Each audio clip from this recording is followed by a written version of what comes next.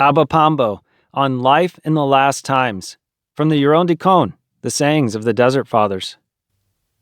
An Egyptian ascetic on the Nitrian mountain, Abba Pambo was a contemporary of St. Anthony the Great and himself great in monastic asceticism.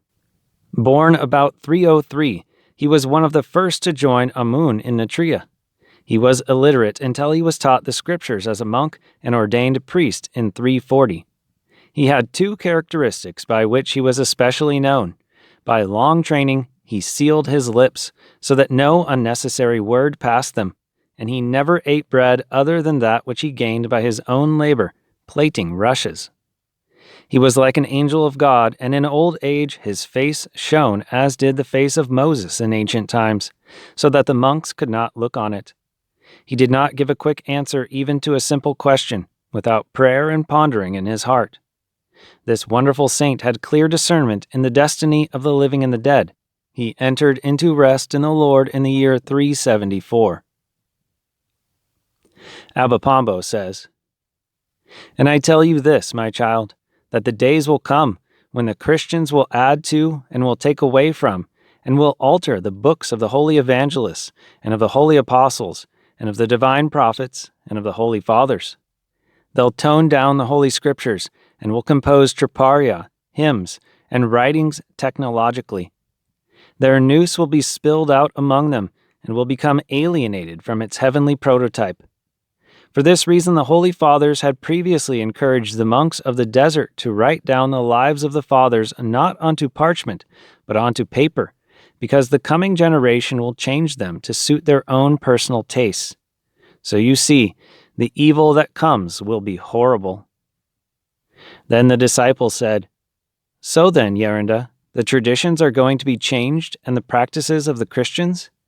Maybe there won't exist enough priests in the church when these unfortunate times come." And the father continued, "In these times, the love of God in most souls will grow cold, and a great sadness will fall onto the world. One nation shall face off against another. Peoples will move away from their own places. Rulers will be confused. The clergy will be thrown into anarchy, and the monks will be inclined more to negligence.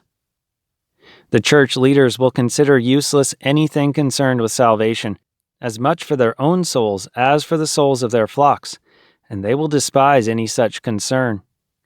All will show eagerness and energy for every matter regarding their dining table and their appetites.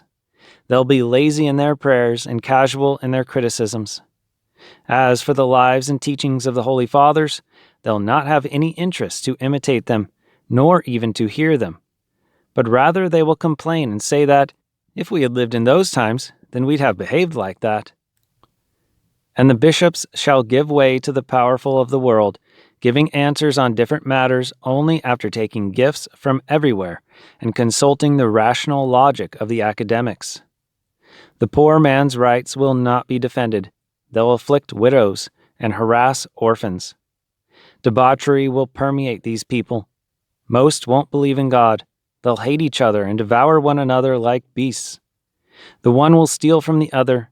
They'll be drunk and will walk about as blind."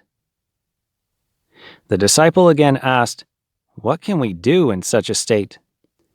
And Abba Pambo answered, "My child, in these times, whoever will save his soul and prompt others to be saved will be called great in the kingdom of heaven."